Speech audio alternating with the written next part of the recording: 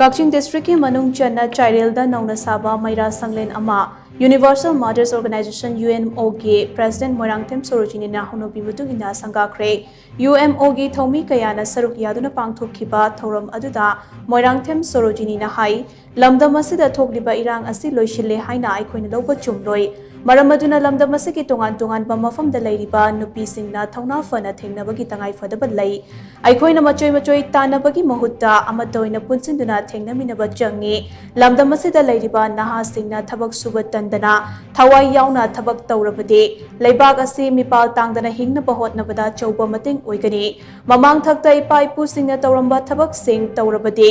Amade saramba pochai sing amuk hanna saduna puthoklavade mipal tangdaba khunai ama soidana oiba ngamgani hainasu mahakna makhatana phongdokhi Artinya, asal bilang di pengangkatan depan antara kolegi pengamat jalan. Aduh, aku mesti ini yang masalah dengan dari lalu tadi persoalan itu juga tentang tapi ada masalah yang jadi adalah Universal Mothers Organization की मर्दा बच्चे माता इन सब गुजार के ini Jadi kita bercakap lagi dalam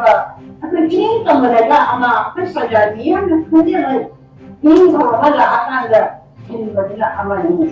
Jadi ya kalau ada ini kalau kita jangan kalau kita ini kita